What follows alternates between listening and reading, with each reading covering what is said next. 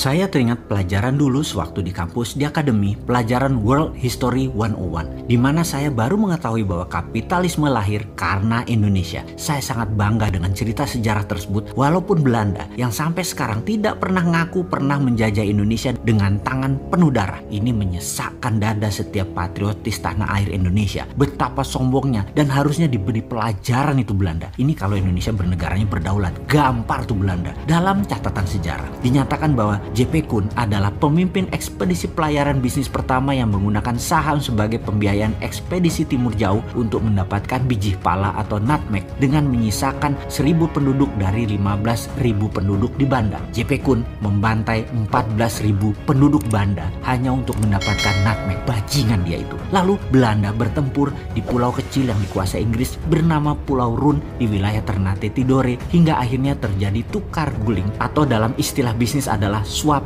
deal.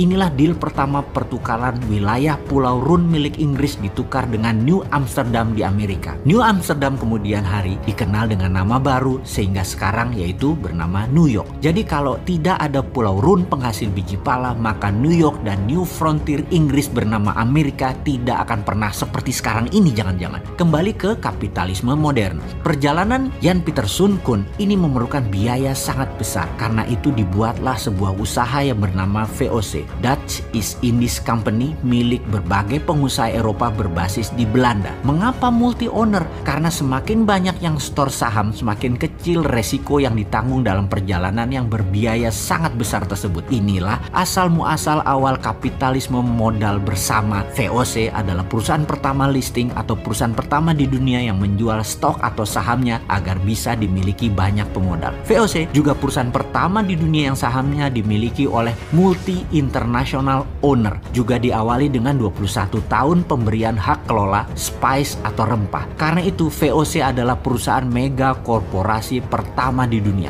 Haknya yang utama adalah mengeksploitasi rempah Nusantara. VOC menjadi model pertama di dunia atas mega korporasi yang merubah dunia bisnis, dunia finansial, dunia saham, bursa efek, dunia sosiopolitik ekonomi, military political diplomasi, maritime exploration dan penjajahan ekonomi oleh perusahaan global. Sengaja saya menjelaskan panjang sejarah VOC ini agar bisa mengingatkan dari sejak awal Indonesios ini berdiri, negara kepulauan terbesar di dunia ini adalah ditakdirkan sebagai global player. Banyak peristiwa besar yang membuat dunia seperti sekarang ini lahir dan besar karena Indonesia. Rebutan biji pala yang di zaman itu lebih mahal dari emas karena bisa menyembuhkan wabah penyakit yang saat itu melanda Eropa. Kita ambil catatan di sini bahwa kapitalisme dengan urun dana multi owner terbesar di dunia adalah VOC, perusahaan Belanda yang kalau dinilai saat ini sama dengan hartanya Google ditambah Facebook, ditambah IG, ditambah WA, ditambah Amazon, ditambah hartanya Elon Musk, sama dengan VOC. Kembali ke sejarah menarik lainnya yang bernama Coleganza. Coleganzanya Venesia, kota negara kecil di bawah protektorat Italia saat ini seperti halnya City of London. Venesia juga merupakan city country yang telah ada sejak 1200 tahun yang lalu, di mana masa kejayaannya adalah di abad 11 dan 12 jauh sebelum VOC berdiri. Mereka menciptakan urun dana namun untuk pengusaha kecil, menggabungkan kekuatan multi owner namun untuk UKM. Karena sistem ekonomi Coleganza, Venesia kaya raya dengan cepat dan mengendalikan Eropa Barat kala itu. Jadi di sini kita ambil catatan lain lagi. VOC dan sistem Coleganzanya Venesia keduanya menggunakan urun dana, dan urun dana yang terbaik adalah memiliki bursa pertukaran untuk saham atau yang dikenal dengan istilah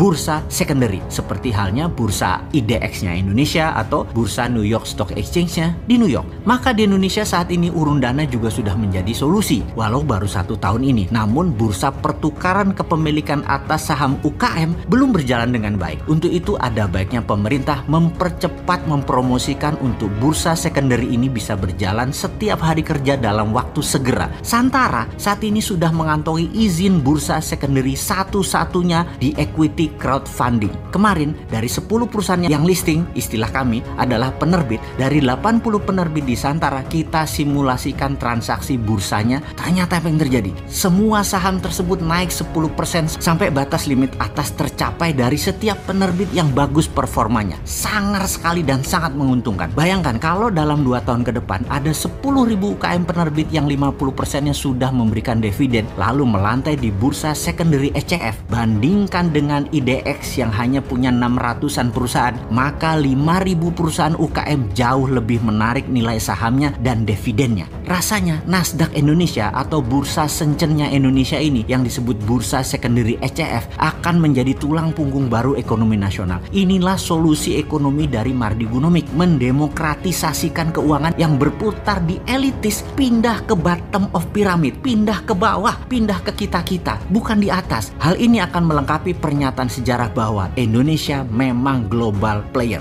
Kapitalisme lahir karena Indonesia dan sistem bursa ECF yang sekarang oleh kita yang akan diberlakukan adalah ekonomi berputar di bottom of pyramid, bukan di elitis lagi, adalah masterpiece, adalah global player, adalah mempengaruhi dunia ekonomi. Sistem ini juga lahir di Indonesia plus berbasis digital. Inilah langkah awal Indonesia mendominasi bursa UKM dunia. Awalnya di Indonesia, dan dalam waktu yang tidak lama Santara merambah keluar Indonesia ke negara berkembang lainnya seperti India, negara-negara ASEAN, negara-negara Afrika, untuk membangun kekuatan selatan-selatan agar Indonesia menjadi negara terkuat di selatan Katulistiwa, the most powerful country in the South Hemisphere, sesuai impian negara kaum Sontoloyo. Bener kan? Mohon bantu promosikan hal ini wahai pejabat. Berat kalau edukasi dibebankan ke UKM. Oh iya, maaf loh ya, saya jualan Santara sekarang daripada dibilang bosman jualan ludah mulu.